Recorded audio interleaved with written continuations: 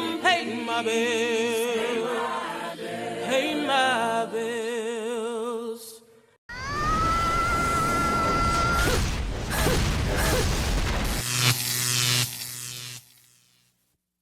Welcome to The Wall.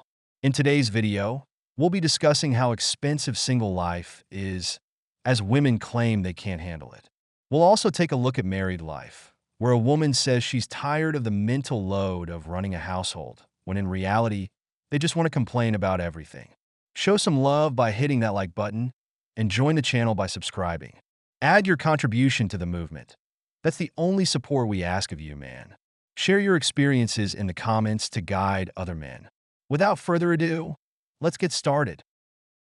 Why isn't anybody talking about the single tax? It is significantly more expensive to be single, to the point that it's like economically irresponsible to cook when you're single. It costs $75 to make a meal, not to mention the cost of running the dishwasher, washing up all of the pots and pans. And then what am I gonna do? Eat lasagna for 6 days? When I could use Uber Eats and one of their various codes each week to get a salad for $9. Imagine paying half your rent because you share your apartment with somebody, half your electricity bills, half your cable, Hulu, Amazon, Netflix subscriptions. When you're going to the airport on a trip, you don't have to pay $70 for an Uber by yourself because you're splitting it with somebody. Forget saving money on a Costco membership. When am I ever going to use 36 apples?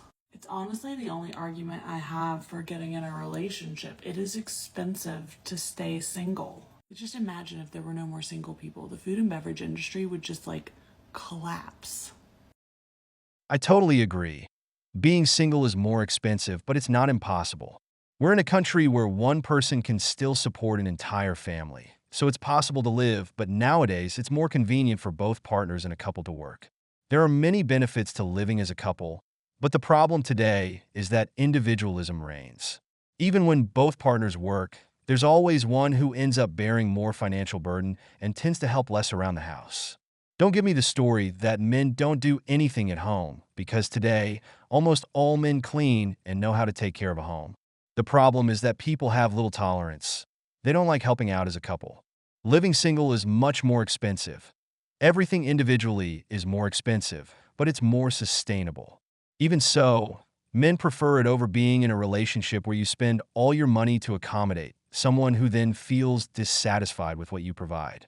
For example, working to support a woman and then coming home to do chores because the woman who stayed home all day did absolutely nothing. That's why more responsible people, especially men, prefer to live alone, even if it's more expensive. Above all, a man doesn't want a woman like the one in the next video. You know it's not hard? Doing the dishes. It's not hard to do dishes. It's not hard to do laundry.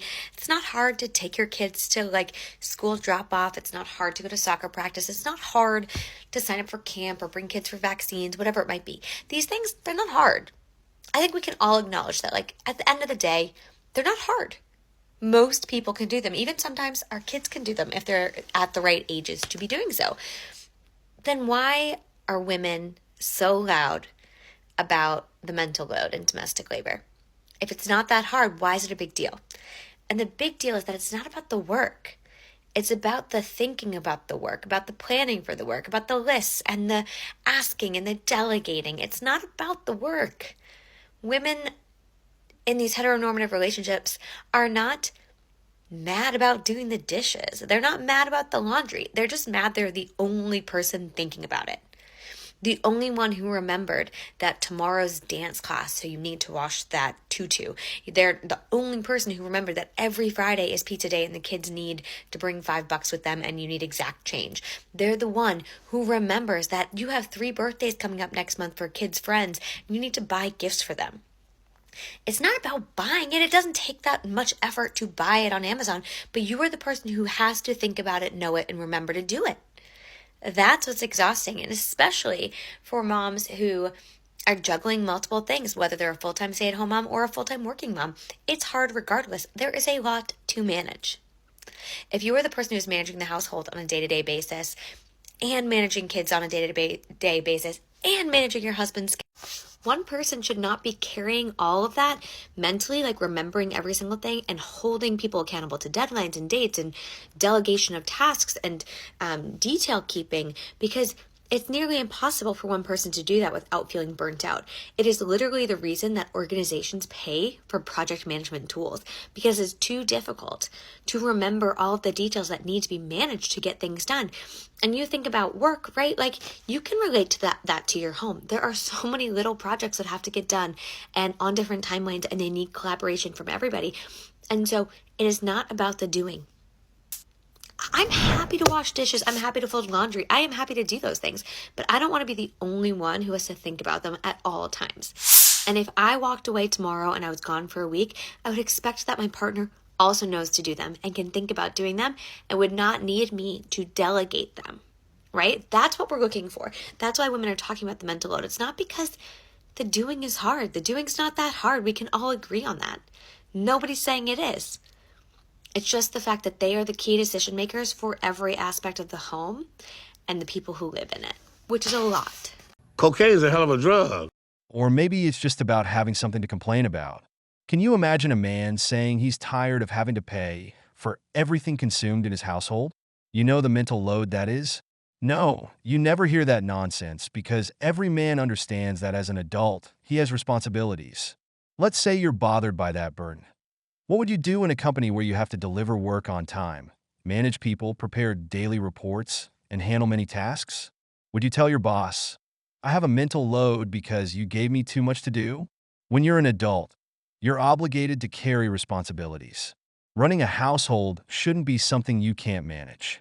The problem with women is that they want something to complain about to make it seem like what they do at home is more significant than what the man contributes. The issue isn't that your husband does chores. It's that he doesn't do them the way you want. Worse yet, it bothers you when he asks how you want him to do them, because you think you should know how to do them like you do. You don't want to talk about it. Instead of doing something as simple as explaining how you do things and then letting him do it the same way, I bet he'd always do it that way. But like I said, they want something to complain about. Towel up. I just don't understand why you chose that one. Is this one of those towels that we're not supposed to put up? Decorative, we just admire it, we look at it. It doesn't have a function. Okay. No, look, you have things that all these choices. You have all these choices, but you've like got Santa on the mind or something? We live on the surface of the sun. I just don't. It doesn't say festive to me. It's a towel that happens to be green and now red. you know what the word festive means. I'm out of town for the kids' Christmas program, and I ask you to put the kids in festive clothing. You put them in neon.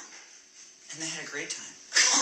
And I actually got a lot of compliments from other parents with how they're... Babe, people felt bad for you.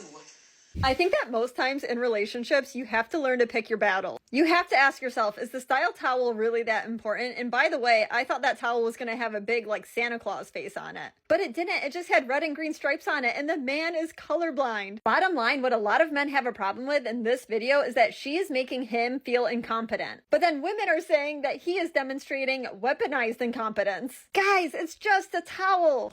Stop it. Get some help. I have a friend, a great business administrator, who always had issues with his wife over cleaning. It wasn't that he didn't do it. It was that he didn't do it the way she wanted. Tired of the constant arguments, he decided to put an end to the problem. So when he did the chores, she started complaining again about how things weren't done to her liking. Silently, he took photos of everything, so the next time he did the cleaning, he could arrange things exactly as she did. The following week, after he finished cleaning everything, she checked and inspected it all. He told me he was laughing inside because he could see in her face that she wanted to complain about something. Do you know what she did? She started saying things like, I don't remember putting that there, or are you sure I arranged it like that? He showed her the photos, and she became more uncomfortable. Eventually, he secretly recorded her as she rearranged some things just to call him over to complain. He showed her the video, and she got mad because he was mocking her. You see the manipulation in this story? This woman is like that. She's looking for a problem where there isn't one because she wants to feel important. She creates drama because they love drama, needing something to play the victim and blame you for. So keep this idea in mind. Take photos of everything, and you'll see how these inconveniences start to disappear over time.